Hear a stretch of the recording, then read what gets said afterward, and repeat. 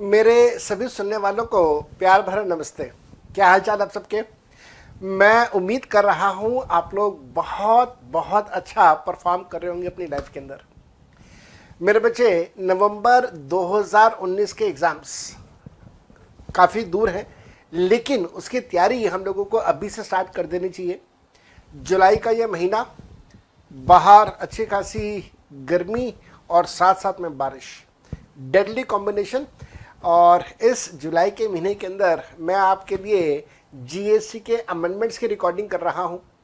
GST में इस बार बहुत अमेंडमेंट्स हैं और लगभग ये पोजीशन है कि अगर आप जीएसटी की वीडियो क्लासेस लेते हैं और तो नई क्लासेस ले लीजिए, सारी की सारी, वो ज़्यादा अच्छा है एज़ कम्पेयर टू अगर आपके पास पुरानी क्लासेस हैं और फिर आप उनको पुरानी क्लासेस को देखें और फिर उसके बाद अमेंडमेंट्स करें, तो this will be one hell of a job. लगभग हर चैप्टर के अंदर अमेंडमेंट्स हैं। रजिस्ट्रेशन की पहली क्लास मैं आप लोगों को दे चुका हूं। मैंने आपको उसके अंदर रामपुरा की नागमणि का कंसेप्ट करवाया। मैंने ऋषभ पंत का आपको एग्जांपल दिया, उससे रिलेटेड मैंने रजिस्ट्रेशन से रिलेटेड अमेंडमेंट्स आपको करवाए थे। साथ साथ में मैंने आपसे वादा किया था कि मैं नेक्स्ट क्लास में अमेंडमेंट्स के इस रजिस्ट्रेशन के अमेंडमेंट्स को मैं कंटिन्यू करूंगा। And here I am in front of you for the second class, जहां पे आज रजिस्ट्रेशन के अमेंडमेंट्स को कंटिन्यू करेंगे। आने वाले दिनों में आईटीसी, आने वाले दिनों में पेमेंट, उसके अलावा कॉम्पोजिशन स्कीम के ऊपर पूरी एक क्लास बनाऊंगा। तो इस प्रकार से चैप्टर वाइज मैं क्लासेस दूंगा आपको, जिसकी मदद से आप अपने सारे अमेंडमेंट्स को कवर कर पाएंगे। और हाँ, इनकम टैक्स में कोई खास अमेंडमेंट्स नहीं है, इनकम टैक्स के अमेंडमेंट्स भी मैं आपको आने वाले कुछ दिनों में दे दूंगा। बाय दैट टाइम हम लोगों को अपना ये वाला अमेंडमेंट्स का कवर अप कर लेना चाहिए। आइए मेरे बेटा, without wasting much of our time, let us jump to the amendments.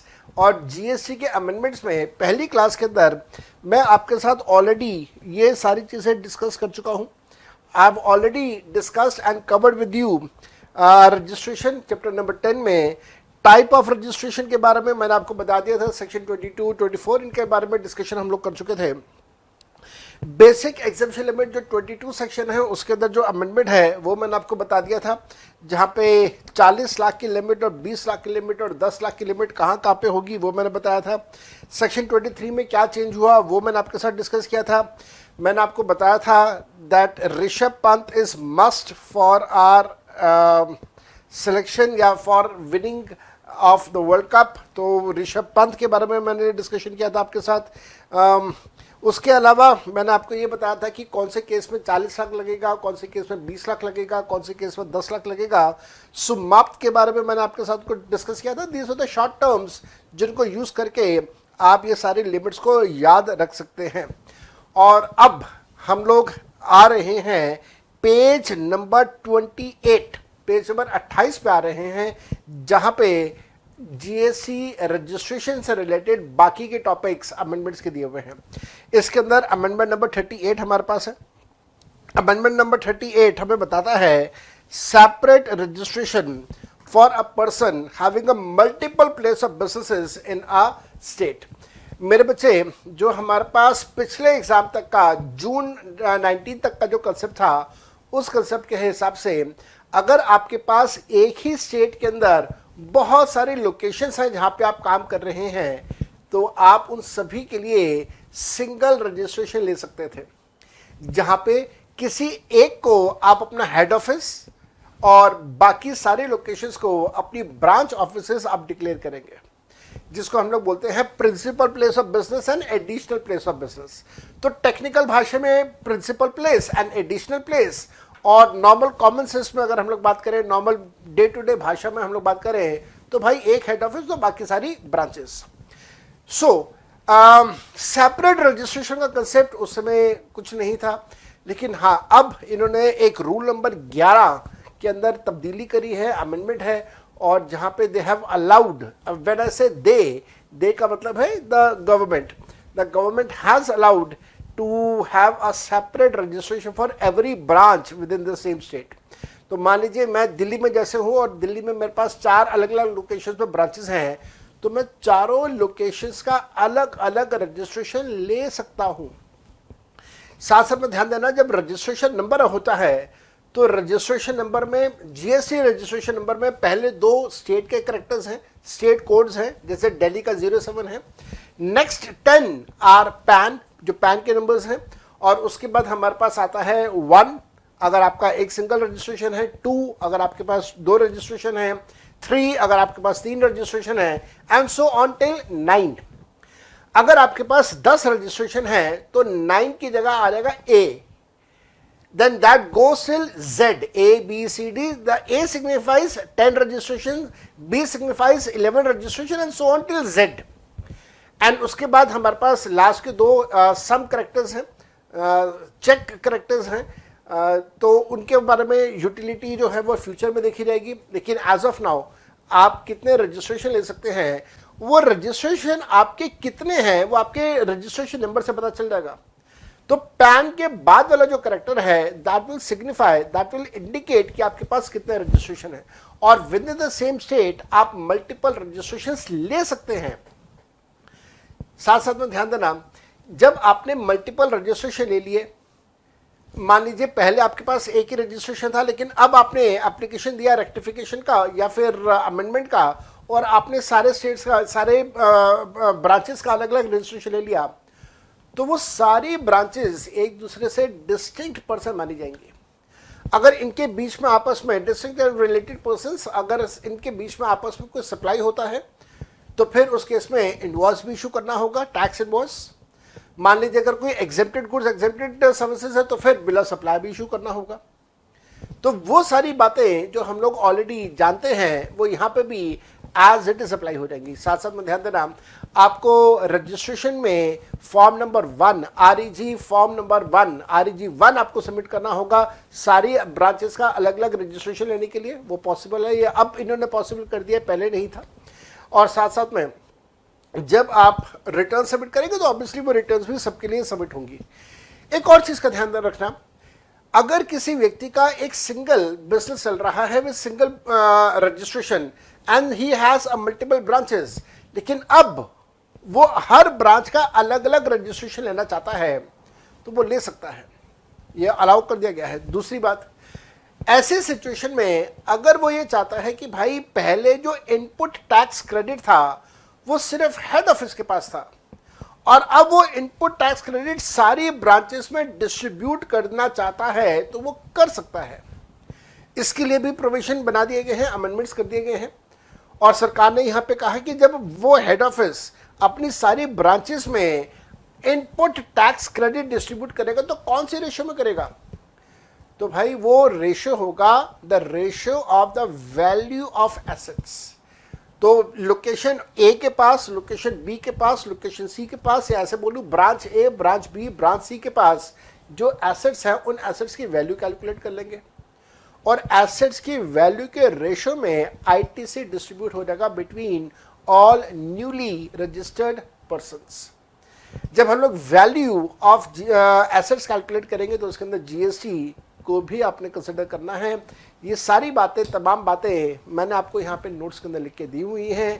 ये जो अमेंडमेंट्स का हैंड आउट है, आइए बेटा इस अमेंडमेंट के हैंड आउट्स पे चलते हैं वापस, और ये सारी बातें हम लोगों ने यहाँ पे लिखी हुई हैं। आइए इनको यहाँ पे पढ़ना स्टार्ट कर देते हैं। अ पर्सन, मैं यहाँ पे कलर चेंज कर रहा हूँ, a person having a single business in a state or in the union territory for that matter shall be granted a single registration in a state or in the union territory। तो भाई ये तो पुराना concept है, ये अभी पुरानी बातें हम लोग कर रहे हैं। किसी का सिंगल बिजनेस है स्टेट या यूनियन टेरिटरी में तो भाई उसे सिंगल रजिस्ट्रेशन ही मिलेगा। ये पुरानी बातें हैं, नई बात पे अभी पहुंचेंगे हम लोग।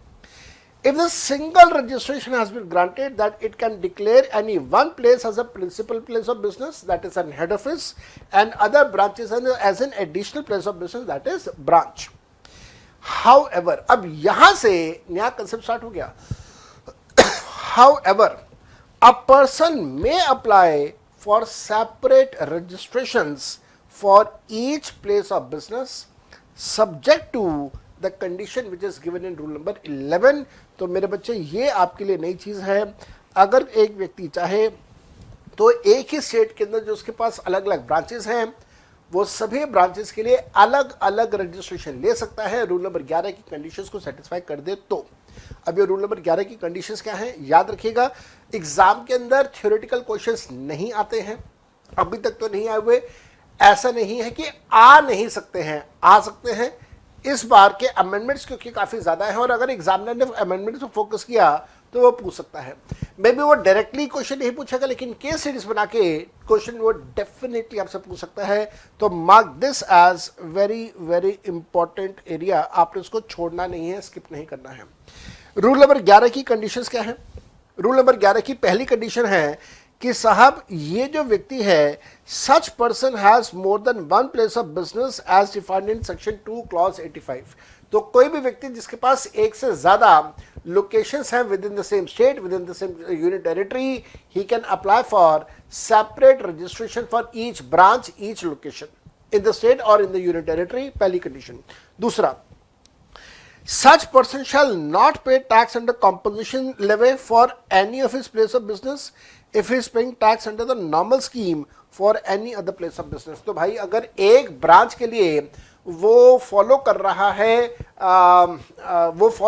है नॉर्मल स्कीम और वो बाद में चाहे कि भाई मैंने तो दूसरी ब्रांच का रजिस्ट्रेशन ले लिया और मैं दूसरी ब्रांच के लिए कॉम्पोजिशन की फॉलो कर लूँ, तो सरकार ने कहा नहीं, ये हम लोग अलाउ नहीं करेंगे।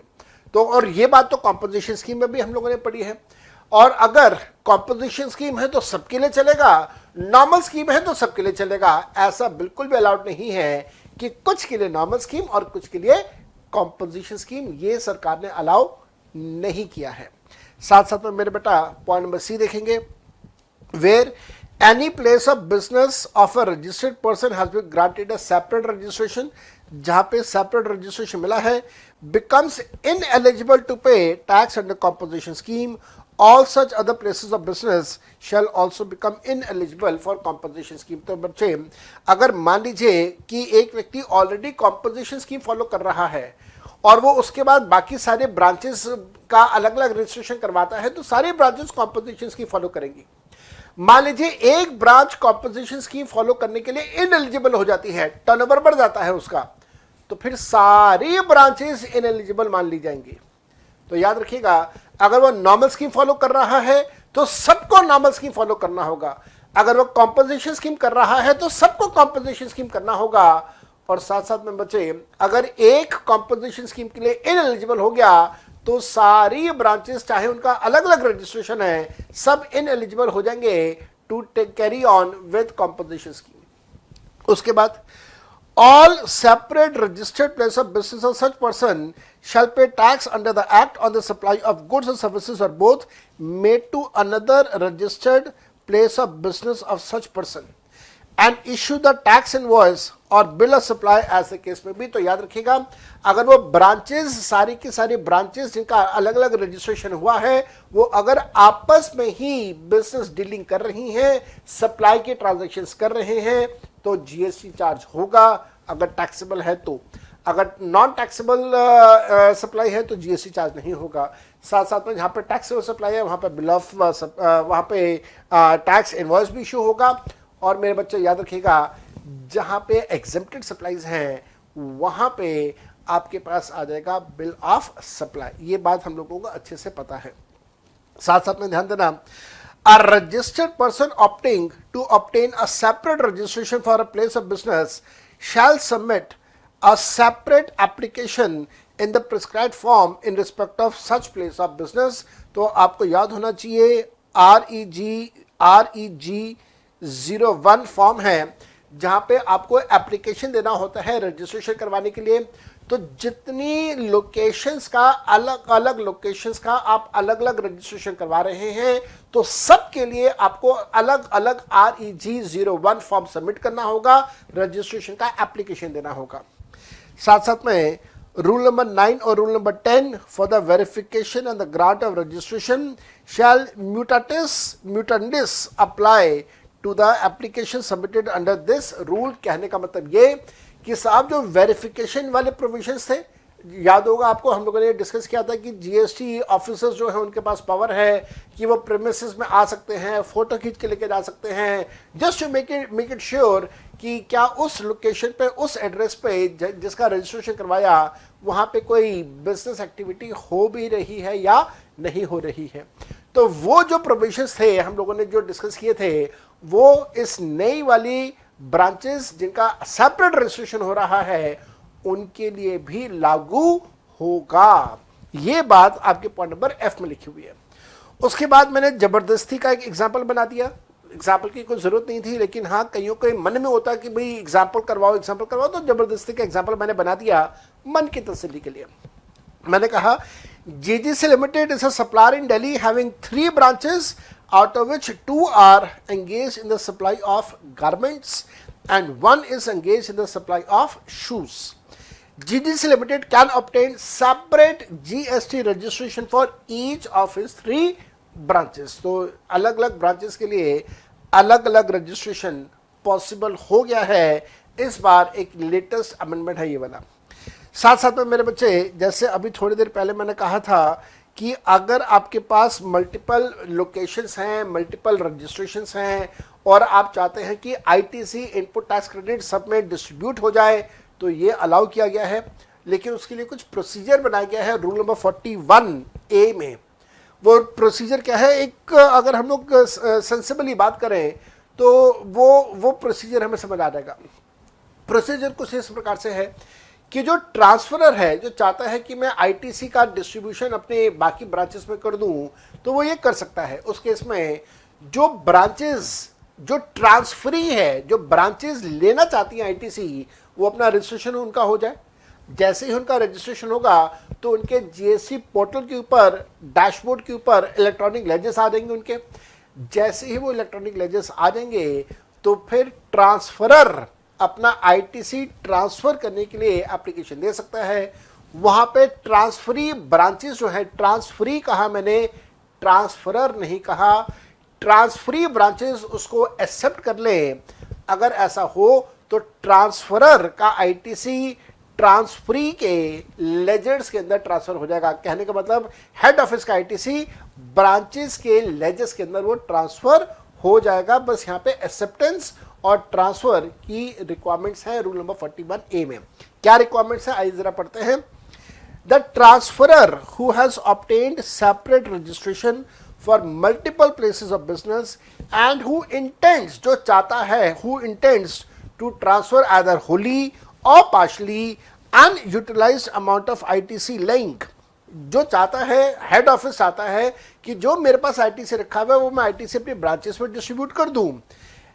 His unutilized ITC link in the electronic ledger to any or all of the newly registered place of business should furnish a prescribed details on the common portal within the period of 30 days from obtaining such separate registrations. तो याद रखना, ये 30 days वाली condition transferor के लिए है। ये condition किसके लिए है, ये कंडीशन ट्रांसफरर, मैंने ER लगा दिया, ERS ट्रांसफरर के लिए कंडीशन है कि साहब वो ये रजिस्ट्रेशन होने के बाद 30 डेज के अंदर अंदर एप्लीकेशन दे दे कि साहब मैं अपना अनयूटिलाइज्ड आईटीसी अपनी ब्रांचेस में डिस्ट्रीब्यूट करना चाहता हूं। इसके बाद क्या होगा, upon the acceptance of such details by the transferee, transferor कहता है कि मैं आईटीसी देना चाहता हूं, ट्रांसफरी इस बात को एक्सेप्ट कर ले, तो यहां पे कंडीशन ट्रांसफरी के लिए आ रही है। वो ट्रांसफरी कंडीशन को एक्सेप्ट कर ले ऑन द कॉमन पोर्टल, तो unutilized ITC would be credited to his electronic credit ledger. His का मतलब यहां पे है ट्रांसफरी के लेजर के अंदर ट्रांसफर हो जाएगा। The ITC is transfer to the transferee in the ratio of the value of assets held by them at the time of registration. Registration के टाइम पे जितने जितने एसेट्स थे ब्रांचेस के पास, उस रेशो में, एसेट्स की वैल्यू के रेशो में आईटीसी ट्रांसफर हो जाएगा। और साथ साथ में वैल्यू ऑफ एसेट्स का मतलब क्या है, वैल्यू ऑफ द एसेट्स का मतलब है value of the entire assets of the business whether ITC on that has been claimed और नॉट। याद रखिएगा, एसेट्स के ऊपर जब एसेट्स को खरीदा तो उसके ऊपर जीएसटी पे किया होगा, उस जीएसटी का आईटीसी लिया या आईटीसी नहीं लिया। सारे के सारे एसेट्स की वैल्यू को आपने कंबाइन कर देना है, चाहे उन एसेट्स के ऊपर आपने आईटीसी क्लेम किया या नहीं किया, और फिर एसेट्स की रेशो निकाल लेना। उस एसेट्स की रेशो के हिसाब से आईटीसी डिस्ट्रीब्यूट हो जाएगा सभी ब्रांचेस में या सभी एडिशनल प्लेसेस पे जिनका सेपरेट रजिस्ट्रेशन करवाया गया है। तो rule number 41A, in my opinion, to be very honest with you people, in my opinion this is not something very important. तो अगर आप इसको स्किप कर देंगे तो भी आपका काम चल जाएगा, आपका नुकसान नहीं होगा। मैं करवा रहा हूं, मैं ये आपको नहीं कह रहा कि आप इसको बिल्कुल ही छोड़ देना एग्जाम से पहले, लेकिन आप हल्के में ले सकते हैं something which is not important in my opinion. I may be wrong, but in my opinion this is something which is not important. But yes, one thing is very very important, and that is your compulsory registration. मेरे बेटा, compulsory registration के लिए आप सबको अच्छे से याद है कि we had section number 24, and section number 24 के अंदर बहुत सारी कंडीशंस में से एक कंडीशन ये थी कि हर कॉमर्स ऑपरेटर को, एवरी कॉमर्स ऑपरेटर को अपना रजिस्ट्रेशन करवाना जरूरी था। अब कॉमर्स ऑपरेटर, कुछ कॉमर्स ऑपरेटर तो बहुत बड़े बड़े कॉमर्स ऑपरेटर्स हैं, कुछ बड़े छोटे छोटे से हैं। अब अगर बड़े बड़ों की बात करें तो भाई अमेजॉन है, फ्लिपकार्ट है और इस प्रकार के और बहुत सारे हैं, और छोटे छोटे आजकल नए डेवलप हो रहे हैं। अब सेक्शन नंबर 24 के हिसाब से हर छोटे हर बड़े ई कॉमर्स ऑपरेटर को अपना रजिस्ट्रेशन करवाना पड़ता था। अमेंडमेंट कर दिया सरकार ने। सरकार ने कहा कि अब सिर्फ उसी ई कॉमर्स ऑपरेटर को रजिस्ट्रेशन करवाना होगा जो टीसीएस की कंडीशंस सेटिस्फाई करता है। याद रखिएगा, टीसीएस में आपको पता होना चाहिए, टीसीएस में जो टीसीएस का रेट है, टीसीएस के अंदर जो टीसीएस का रेट है वो टीसीएस का रेट है, टीसीएस का जो रेट है वो है 1% का, और 1% का टीसीएस की कलेक्शन करते हैं वो जिनका टर्नओवर 20 लाख या 10 लाख से ज्यादा है, 10 लाख स्पेशल कैटेगरी में और 20 लाख नॉर्मल कैटेगरी स्टेट्स में। तो भाई जिसका टर्नओवर 20 लाख से कम है, जिसका टर्नओवर 10 लाख से कम है, वो बन गया स्मॉल कॉमर्स ऑपरेटर। और मेरे बच्चे याद रखिएगा, ये जितने भी स्मॉल कॉमर्स ऑपरेटर हैं, इन स्मॉल कॉमर्स ऑपरेटर्स को कभी भी अपना रजिस्ट्रेशन नहीं करवाना। अब पहले करवाना होता था, अब उनको रजिस्ट्रेशन अपना नहीं करवाना। और स्मॉल ई कॉमर्स ऑपरेटर की पहचान वो जिसने टीसीएस नहीं करना है। किसने टीसीएस नहीं करना? जिसका टर्नओवर 20 लाख और 10 लाख से कम आ रहा है, उसके बारे में बात हो रही है। सो सिंपल सा है, मेरे हिसाब से इंपॉर्टेंट है। हो सकता है एग्जामिनर यहाँ से एमसीक्यू पूछ ले, तो भाई अगर 1 नंबर भी है एमसीक्यू का तो काफी इंपॉर्टेंट बन जाता है। चलिए इसको एक बार देखते हैं। Compulsory registration section number 24, every electronic commerce operator like Amazon, Flipkart's who is required to collect the TCS tax collected at source under section number 52, उसको रजिस्ट्रेशन करवाना है। बड़े ऑपरेटर्स को करवाना है, छोटे ऑपरेटर्स को नहीं करवाना। ये अमेंडमेंट है। पहले बड़े और छोटे दोनों को करवाना था रजिस्ट्रेशन, अब छोटों को नहीं करवाना, बड़ों को करवाना है। So small e commerce operator who are not required to collect tax at source under section 52 would now be eligible for availing a threshold exemption limit before the registration process। तो आपको इस बात का ध्यान रखना होगा। एग्जाम के अंदर आ सकता है, चाहे वो केस स्टडी बन के आए, लेकिन एग्जाम में आ सकता है। एक और जो अमेंडमेंट है, ये अमेंडमेंट आया है in relation to SEZ, that is special economy zone. Special economy zone से रिलेटेड एक अमेंडमेंट है, और वो अमेंडमेंट ये है कि साहब अगर कोई व्यक्ति, अगर कोई यूनिट, अगर कोई इंडस्ट्री SEZ में लोकेटेड है, या फिर वो यूनिट खुद SEZ डेवलपर है। अच्छा, कई बार स्टूडेंट्स मेरे से पूछते हैं सर ये SEZ डेवलपर का कंसेप्ट क्या है? तो इसका एक बड़ा सिंपल सा एग्जांपल मैं देता हूँ। मैं दिल्ली में रहता हूँ, और दिल्ली से के बिल्कुल नज़दीक पास में एक शहर आता है नोएडा। नोएडा के अंदर एक इंडस्ट्रियल एरिया है, एंड वो जो इंडस्ट्रियल एरिया है, उस इंडस्ट्रियल एरिया को सरकार ने नोटिफाई किया हुआ है as a special economy zone. तो वो इंडस्ट्रियल एरिया एक ज्योग्राफिकल एरिया है, इंडस्ट्रियल एरिया है। अब जरा सोचो, जब वो इंडस्ट्रियल एरिया बना होगा किसी ज़माने में तो वो बिल्कुल बियाबान जंगल रहा होगा, उसके बाद आहिस्ता आहिस्ता उसे डेवलप किया गया होगा। क्या डेवलपमेंट हुई होगी वहाँ पे? भाई ज़मीन के नीचे सीवर बिछाए गए होंगे, ज़मीन के नीचे पानी की पाइपलाइन्स बिछाई गई होंगी, इलेक्ट्रिसिटी वायर्स बिछाई गई होंगी, टेलीफोन वायर्स बिछाई गई होंगी, सीवर सिस्टम डेवलप किया गया होगा। तो इस तरह से सड़कें बनाई गई होंगी वहाँ पे, सड़कों के ऊपर मैन होल्स बनाए गए होंगे वहाँ पे, इलेक्ट्रिसिटी पोल्स खड़े किए गए होंगे वहाँ पे। तो इस प्रकार से ये सारी इंफ्रास्ट्रक्चर फैसिलिटीज अरेंज करना, कोई तो अरेंज करेगा। तो जो ऑर्गेनाइजेशन ये इंफ्रास्ट्रक्चर फैसिलिटीज अरेंज करेगी वहां पे SEZ में, उससे हम बोलते हैं SEZ डेवलपर, जो वो SEZ का ज्योग्राफिकल एरिया की डेवलपमेंट कर रहा है, SEZ डेवलपर। कोई ऐसा है जो सीवर्स बिछा रहा है, SEZ डेवलपर। कोई ऐसा है जो सड़कें बना रहा है, SEZ डेवलपर। कोई ऐसा है जो सड़कों के ऊपर बिजली के पोल लगा रहा है, SEZ डेवलपर। तो याद रखना, अगर कोई SEZ एरिया के अंदर कोई यूनिट है, इंडस्ट्रियल अंडरटेकिंग है, या सर्विसेज देने वाली कोई अंडरटेकिंग है, या SEZ डेवलप करने वाला डेवलपर कोई है, तो फिर उसके बारे में एक अमेंडमेंट है। क्या अमेंडमेंट है?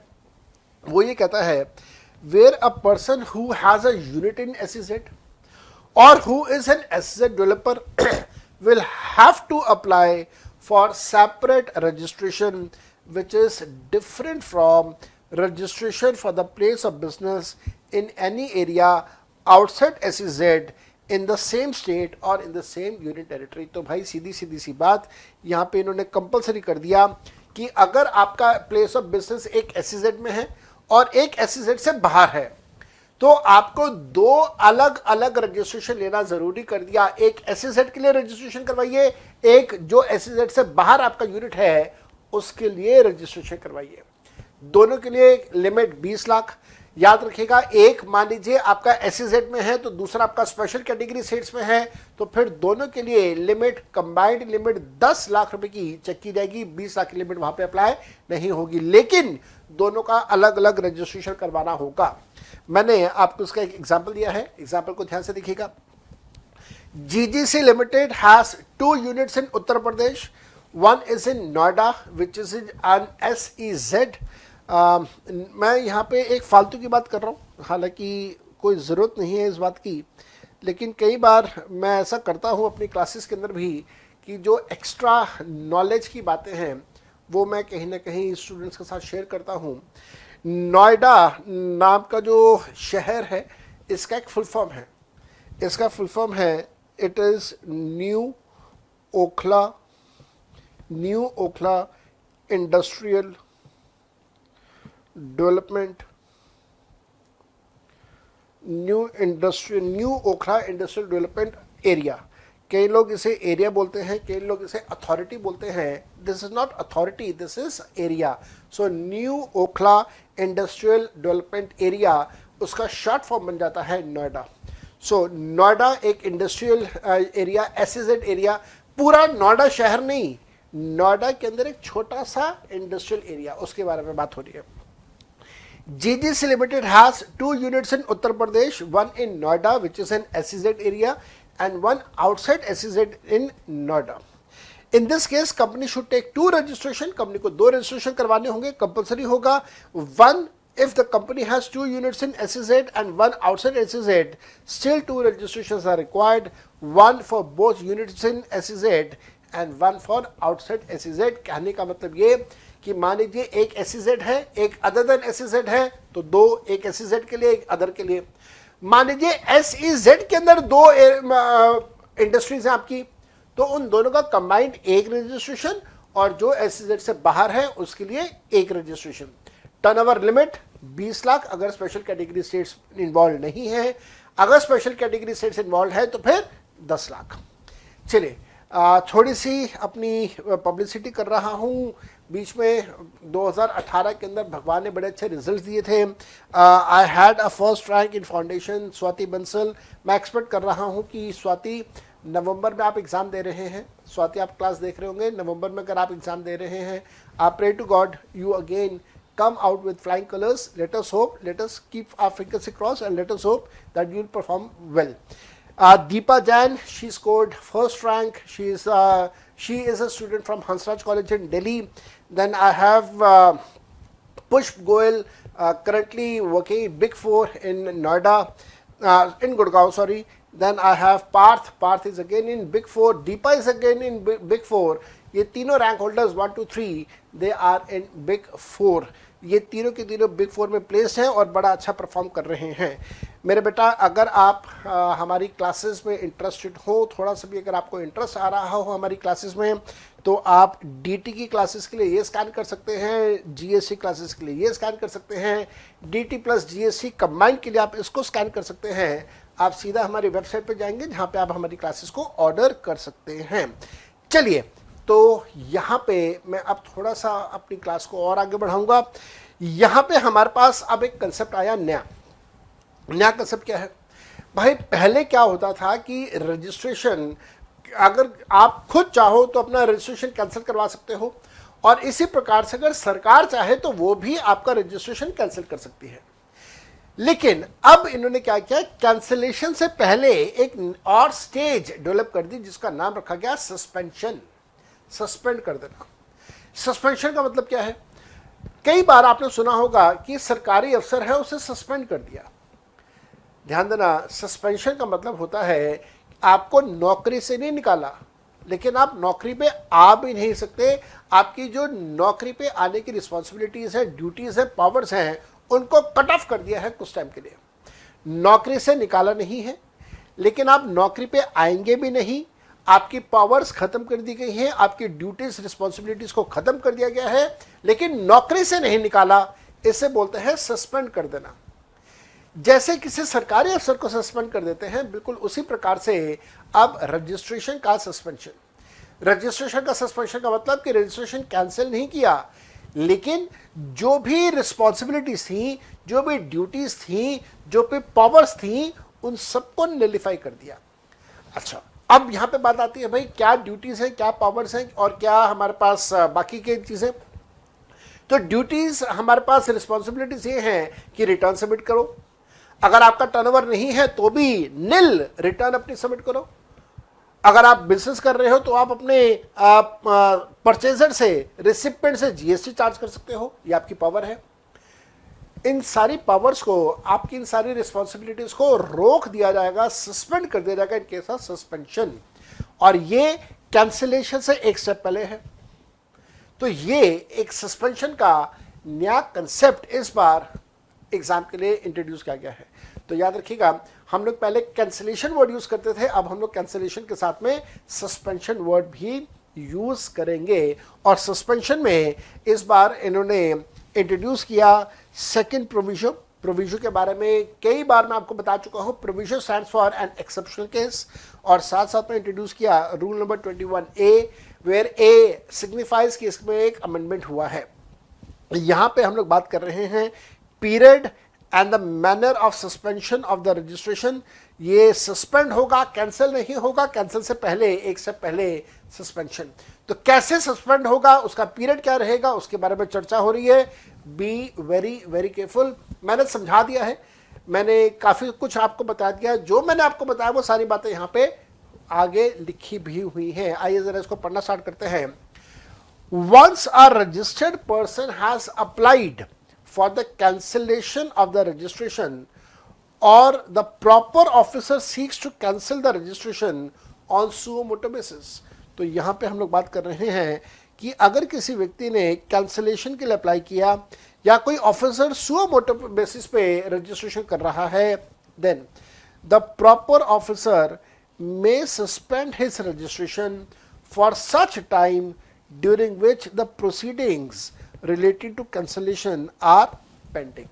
मेरे बच्चे, पहले क्या होता था कि जैसे ही आपने कैंसिलेशन के लिए एप्लीकेशन दिया या जो जीएसटी ऑफिसर है उसने इनिशिएटिव लिया कि आपका रजिस्ट्रेशन को कैंसिल कर दिया जाए, तो ऐसा तो है नहीं ना कि मैंने अभी एप्लीकेशन दिया और तुरंत मेरा रजिस्ट्रेशन कैंसिल हो गया. ऐसा तो है नहीं, टाइम लगता है.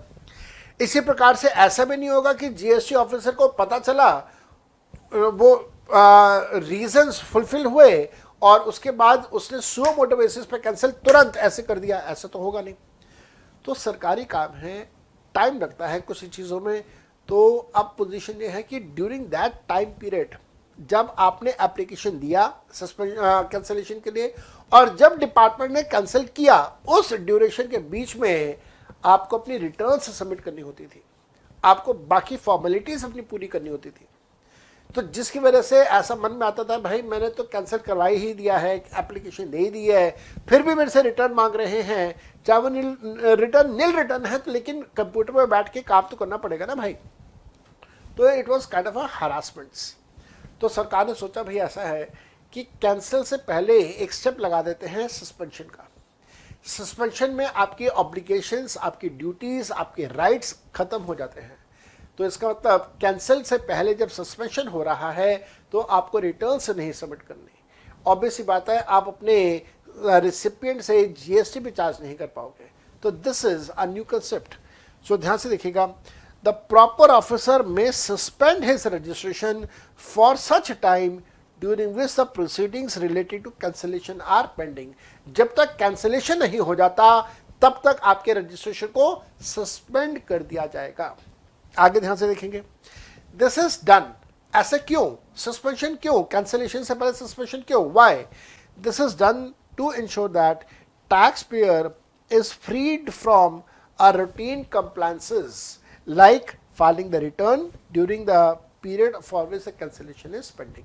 तो आपके जो कंप्लायंस है, जो पेपर वर्क्स है, उनसे आपको छुटकारा मिल जाए। इस वजह से सस्पेंशन का एक कंसेप्ट इंट्रोड्यूस किया गया। फॉर दिस पर्पस, सस्पेंशन के इस पर्पस के लिए rule number 21A has been introduce which is as follows. तो रूल नंबर 21 हमें क्या बता रहा है, आइए जरा देखें। where the registered person has applied for cancellation of the registration। मैं रजिस्टर्ड पर्सन हूं और मैंने कैंसिलेशन के लिए अप्लाई किया। ऐसी सिचुएशन में the registration shall be deemed to be suspended from the date which is later off। भाई मेरे को लगता है कि मेरे को अपना रजिस्ट्रेशन कैंसिल करवा लेना चाहिए और उसके लिए मैंने एप्लीकेशन दे दी। जैसे ही मैंने एप्लीकेशन दिया, registration will be assumed to have been suspended. लेकिन कौन सी तारीख से? ध्यान से देखना, तारीख कौन सी? The date of submission of application. आज 13 जुलाई है। आज 13 जुलाई को मैंने एप्लीकेशन दे दिया कि साहब मेरा रजिस्ट्रेशन कैंसिल कर दीजिए। तो आज 13 जुलाई से ही मान लिया जाएगा कि मेरा रजिस्ट्रेशन से पहले सस्पेंशन ऑफ द रजिस्ट्रेशन हो गया है, कैंसिलेशन से पहले सस्पेंशन हो गया है। या फिर मान लीजिए मैंने आज 13 जुलाई को ये कहा कि साहब मेरा रजिस्ट्रेशन कैंसिल करना 1 अगस्त से। आज 13 जुलाई को मैंने कहा कि मेरा रजिस्ट्रेशन कैंसिल करना 1 जुलाई से। तो फिर या तो आज की तारीख या 1 जुलाई की तारीख, विच एवर इज लेटर। तो लेटर में ऑब्वियसली बाद वाली तारीख कौन सी होगी? जिस तारीख से मैंने रजिस्ट्रेशन सॉर्ट किया है उस तारीख से मेरा रजिस्ट्रेशन सस्पेंड माना जाएगा। पहले सस्पेंड होगा, बाद में कैंसिल होगा। साथ साथ में ध्यान देना, जहां पे सस्पेंशन, जहां पे कैंसिलेशन डिपार्टमेंट की तरफ से स्टार्ट हो रहा है ऑन सुओ मोटो बेसिस, वहां पे क्या होगा? The proper officer must give a reasonable opportunity of being heard. अगर जीएसटी ऑफिसर ने, प्रॉपर ऑफिसर ने कहा कि साहब मैं तुम्हारा रजिस्ट्रेशन कैंसिल कर रहा हूं, तो अगर proper officer GST registration cancel करने के लिए कहता है ऑन सुओ मोटो बेसिस, तो पहले वो आपको मौका देगा, आपकी बात सुनेगा, आपको अपनी बात कहने का मौका दिया जाएगा, उस आपकी बात सुनेगा, उसके बाद डिसाइड करेगा कि कैंसिलेशन करना है या नहीं करना है। लेकिन ध्यान रखना, कैंसिलेशन से पहले सस्पेंशन होगा। The proper officer must give a reasonable opportunity of being heard before the suspension of the registration. And अब यहां पे करेक्शन कर लेना मेरे बच्चे, यहां पे रजिस्ट्रेशन नहीं आएगा, यहां पे आएगा cancellation. And cancellation shall be done with effect from the date to be determined by the proper officer। Cancellation कह सकते हो या सस्पेंशन कह सकते हो। सस्पेंशन कहो तो ज्यादा अच्छा रहेगा, कैंसिलेशन एंड सस्पेंशन कौन सी तारीख से होगा? कैंसिलेशन एंड सस्पेंशन उस तारीख से होगा जो प्रॉपर ऑफिसर हमें तारीख बताएगा। इसके साथ साथ में ध्यान देना, जिस व्यक्ति का रजिस्ट्रेशन सस्पेंड हुआ है, the registered person whose registration has been suspended, cancellation से पहले सस्पेंड होगा। अगर वो सस्पेंड हुआ है तो क्या है? He shall not make any taxable supply during this period of suspension, तो वो किसी प्रकार का सप्लाई नहीं कर सकता। और साथ साथ में he is not required to furnish any return under section 39। जिस पीरियड में सस्पेंशन है उस पीरियड के लिए ना तो वो कोई सप्लाई कर पाएगा, ना वो जीएसटी की कलेक्शन कर पाएगा, और ना ही उसको अपनी कोई रिटर्न सबमिट करनी है। यही बात थोड़ी देर पहले मैंने बताई थी कि सस्पेंशन में आपके सारे ऑब्लिगेशंस, आपके सारे रिस्पॉन्सिबिलिटीज, आपके सारे ड्यूटीज, आपके सारे राइट्स खत्म हो जाते हैं। नौकरी से निकाला नहीं, लेकिन पुलिस ऑफिसर अपने पुलिस स्टेशन नहीं जा सकता, गवर्नमेंट ऑफिसर अपने ऑफिस नहीं जा सकता, अपनी रिस्पॉन्सिबिलिटीज पूरी नहीं कर सकता, अपने राइट्स को यूज नहीं कर सकता, सस्पेंडेड है। बिल्कुल उसी प्रकार से यहां पे भी सस्पेंशन का मतलब निकल के आ रहा है। साथ साथ में मेरे बच्चे ध्यान रखना, the suspension of registration shall be deemed to be revoked. Revoked का मतलब होता है रिवर्स कर देना, उल्टा कर देना। The suspension of the registration shall be deemed to be revoked upon the completion of the cancellation proceedings by the proper officer. Such revocation is ulta kar dena, cancel kar dena. Such revocation shall be effective from the date on which the suspension had come into the effect. तो कहने का मतलब ये है कि जब कभी भी आपका सस्पेंशन रिवोक होगा, उल्टा होगा, वो हमेशा रिट्रोस्पेक्टिव होगा, वो हमेशा रिट्रोस्पेक्टिव डेट से होगा। तो मान लीजिए अगर मेरा आज 13 जुलाई है, आज 13 जुलाई को अगर मेरा रजिस्ट्रेशन का सस्पेंशन हुआ है, तो फिर जब वो कैंसिल होगा तो वो कैंसिलेशन भी 13 जुलाई से लागू होगा, चाहे वो हो रहा है बाद में, लेकिन रिट्रोस्पेक्टिवली बैक डेट से ही कैंसिलेशन भी होगा। साथ साथ में मेरे बच्चे, revocation of cancellation of registration, मान लीजिए आपका रजिस्ट्रेशन सस्पेंड हुआ था, मान लीजिए आपका रजिस्ट्रेशन सस्पेंड हुआ था और सस्पेंशन के बाद कैंसिलेशन भी हो गया। पहले सस्पेंड हुआ, उसके बाद कैंसिल भी हो गया, तो सेक्शन नंबर 30 के हिसाब से कैंसिलेशन भी हो गया। अब आप क्या करेंगे? ध्यान रखना, pending returns have to be filed before the revocation of cancellation, rule number 23। अगर आपका कैंसिलेशन भी हो चुका है रजिस्ट्रेशन का और आप बाद में माफ़ी मांगते हैं, पेनल्टीज पे करते हैं, सरकार को कहते हैं भाई गलती होगी, माफ़ कर दो, मैंने अपना टैक्सेस पे कर दिए हैं, सब कुछ, मेरा रजिस्ट्रेशन मेरे को दोबारा से इशू कर दो, तो जो भी जीएसटी ऑफिसर्स हैं वो आपका रजिस्ट्रेशन आपको दोबारा इशू कर देंगे। लेकिन उस पीरियड के दौरान, जिस पीरियड तक आपका रजिस्ट्रेशन सस्पेंडेड था और फिर कैंसिल था, उस पीरियड की आपको अपनी सारी रिटर्न्स सबमिट करनी होंगी। ऑब्वियस सी बात है वो रिटर्न्स नील रिटर्न्स होंगी, लेकिन you will have to submit all returns. एक बार आपने अपनी सारी रिटर्न सबमिट करी, उसके बाद आपका रजिस्ट्रेशन रिवोक, जो कैंसिलेशन है वो रिवोक हो जाएगा। इसके अंदर जरा पढ़ना स्टार्ट करते हैं। If the registration has been cancelled, अब यहाँ पे कैंसिल वर्ड आ रहा है, पहले सस्पेंड हुआ होगा, बाद में कैंसिल हुआ होगा। If the registration has been cancelled for the failure to furnish the returns, the application for the revocation cannot be filed unless all returns are furnished and the amount which is due as GST along with the interest penalty on late fees has been paid। तो भाई आप penalty पे करो, late fees पे करो, GST पे करो, return submit करो, उसके बाद रिवोकेशन होगा। रिवोकेशन किसका? कैंसिलेशन का। कैंसिलेशन या registration cancel from the date of orders, all returns due for the period from the date of order of cancellation till the date of order of revocation of the cancellation of the registration has to be furnished within the period of 30 days। आपके जिस date पे cancel हुआ था और जिस date पर revocation होगा, reverse होगा कैंसिलेशन ऑर्डर्स का, उस ड्यूरेशन के बीच में जितने भी ड्यू डेट्स आ रही हैं जीएसटी रिटर्न की, आपको अपनी सारी रिटर्न सबमिट करनी होंगी। उसके बाद ही आपका रिवोकेशन होगा, कैंसिलेशन का रिवोकेशन होगा और आपको दोबारा से रजिस्ट्रेशन ग्रांट कर दिया जाएगा। मेरे बेटा इसके नीचे पॉइंट नंबर 3 दिया हुआ है, ये ना गलती से यहाँ पे आ गया, ये रिपीट हुआ है। आप इस पॉइंट नंबर 3 को प्लीज़ कट ऑफ कर दीजिएगा। ये ऊपर जो पॉइंट नंबर 2 था उसी का पॉइंट नंबर 3 में रिपीट हो गया है। साथ साथ में ध्यान रखिएगा, when the registration is cancelled by the proper officer on suo motu basis, registered person may apply to such officer for revocation of cancellation of registration in form number GST REG 21 within period of 30 days from the date of service of the cancellation orders। तो यहाँ पे कहा ये क्या है कि अगर GST officer ने सुओ मोटो बेसिस के ऊपर आपके रजिस्ट्रेशन का कैंसिलेशन किया है तो आप 30 डेज के अंदर अंदर एप्लीकेशन दीजिए, माफ़ी मांगिए और कहिए कि साहब मेरा कैंसिलेशन जो आपने कर दिया उसे रिवोक कर दो, उसे रिवर्स कर दो, दैट मीन्स मेरे को दोबारा से रजिस्ट्रेशन प्रोवाइड कर दो। जब ये आप एप्लीकेशन देंगे 30 डेज के अंदर अंदर देना होगा और फॉर्म यूज़ करेंगे REG 21। GST REG stand for registration. ये 30 डेज कहाँ से स्टार्ट होगा? ये 30 डेज स्टार्ट होगा from the date of service. Service का मतलब क्या है? सर्विस का मतलब है कि साहब जिस दिन आपको ऑर्डर्स मिल गए, जिस दिन आपको ऑर्डर्स मिल गए, डिलीवर ऑफ ऑर्डर्स।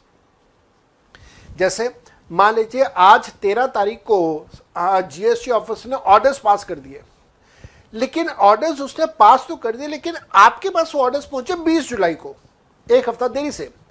तो अब बात यहां पे आती है कि 30 डेज कहां से स्टार्ट होंगे? जिस दिन ऑर्डर्स पास हुए थे 13 जुलाई को या जिस दिन आपको ऑर्डर्स मिले 20 जुलाई को? आंसर इज जिस दिन आपको ऑर्डर्स मिले 20 जुलाई को, वहां से 30 डेज स्टार्ट होंगे।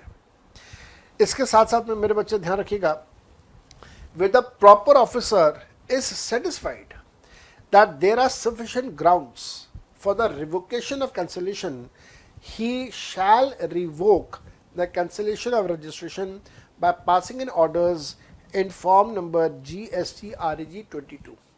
अगर प्रॉपर ऑफिसर को लगता है कि रजिस्टर्ड पर्सन जो पहले रजिस्टर्ड था जिसका रजिस्ट्रेशन हमने कैंसिल किया, अगर उसने सारी फॉर्मेलिटीज़ कंप्लीट कर दी हैं, रिटर्न सबमिट कर दिए हैं, टैक्स पे कर दिए हैं, लेट फीस पे कर दिया, पेनल्टी पे कर दिया, सब कुछ कर दिया उसने, तो फिर वो ऑफिसर रिवोकेशन करने के लिए ऑर्डर्स इशू कर सकता है in form number 22 with in the period of 30 days. कितने दिनों में? 30 डेज में। 30 डेज कहाँ से? From the receipt of application and communicate the same to the applicant। तो 30 days from the receipt of application, जिस दिन उसको एप्लीकेशन मिली है, फॉर्म नंबर 21 में उसको एप्लीकेशन मिली होगी, उस फॉर्म नंबर 21 के एप्लीकेशन के बाद 30 डेज के अंदर अंदर फॉर्म नंबर 22 में वो अपने ऑर्डर्स पास ऑन कर देगा। और साथ साथ में मेरे बच्चे ध्यान रखना, the proper officer may reject the application by an order in the form number REG 05 where the sufficient grounds are not found for the revocation। जहाँ पे ऑफिसर को लगता है कि नहीं, अभी तुमने रिटर्न सबमिट नहीं करी है, टैक्सेस पे नहीं करे हैं, लेट फीस पे नहीं करी है, पेनल्टी पे नहीं करी है, कोई ना कोई कमी रह गई है, तो वो एप्लीकेशन जो फॉर्म 21 में आपने सबमिट करी थी उसको वो रिजेक्ट कर देगा। और रिजेक्शन के ऑर्डर्स क्या होंगे? रिजेक्शन के ऑर्डर्स के लिए फॉर्म नंबर 5 यूज होगा। आपको ये फॉर्म से नंबर याद करने की ज़रूरत नहीं है। एंड यहाँ तक हम लोगों ने रजिस्ट्रेशन से रिलेटेड जितने भी हमारे अमेंडमेंट्स थे, 2 क्लासेस के अंदर मैंने आपको रजिस्ट्रेशन से रिलेटेड अमेंडमेंट्स करवा दिए। एक पहली क्लास थी और ये हमारी दूसरी क्लास थी। और इसके बाद बाकी के चैप्टर्स भी डिस्कस करेंगे, इनवॉइस भी डिस्कस करेंगे, कॉम्पनसेशन स्कीम भी डिस्कस करेंगे, ITC भी डिस्कस करेंगे। And till the time I meet you, bye bye and take very good care of yourself. Love you all. और अच्छे से पढ़ाई करना, अच्छे से मेहनत करना। कभी भी किसी भी तरह का कोई डाउट हो तो मेरे को इस नंबर पे आप कॉल कर सकते हैं 8010921000। इस नंबर पे कॉल कीजिए, व्हाट्सएप कीजिए, टेलीग्राम कीजिए। I will be more than happy to serve you. And till the time we communicate with each other through any other social media platforms. Bye bye and take very good care of yourself. Love you all. Bye.